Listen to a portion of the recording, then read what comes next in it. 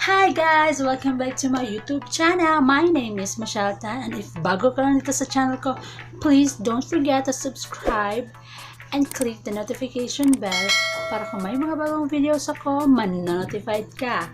So for today's video, tuturuan ko po kayo kung paano gumawa ng face mask gamit ang panyo. Yes, panyo lang po. So kung interesado po kayong manood, please keep on watching.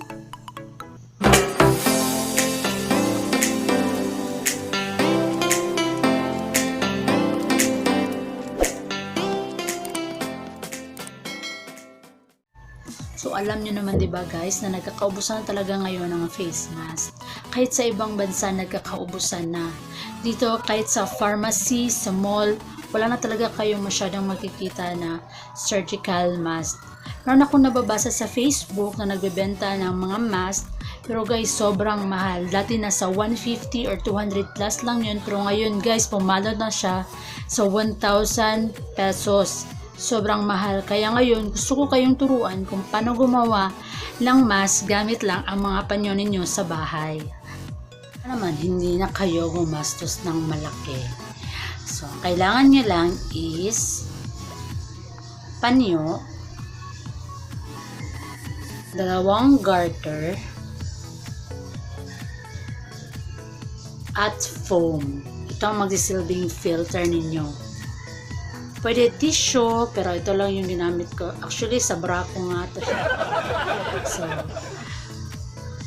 let's start.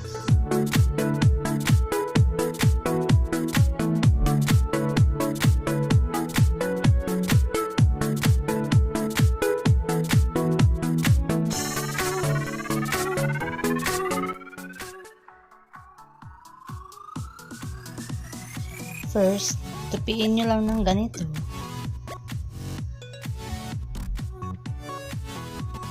Pagkatapos, ilagay nyo yung foam or tissue.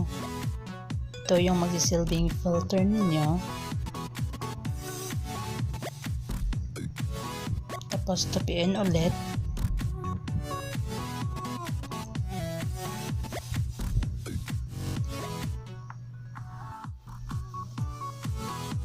Kung mahaba naman yung garter nyo, itali nyo lang ng ganito. Pwede rin kayong gumamit ng pangtali ng buhok.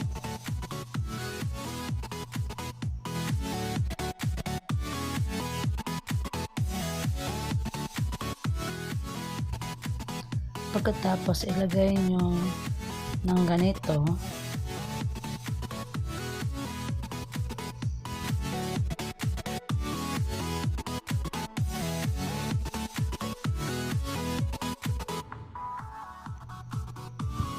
Pagkatapos ay ipasok nyo to dito.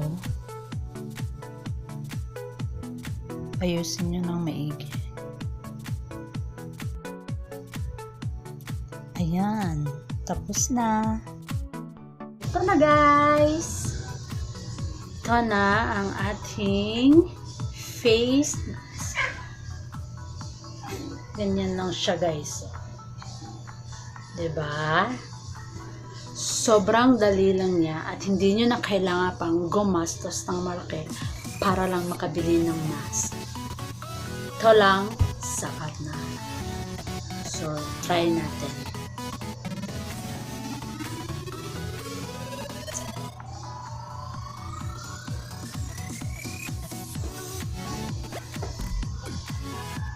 Oh, see? Ganito lang guys.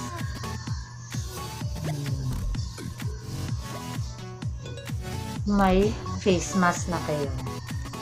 Diba?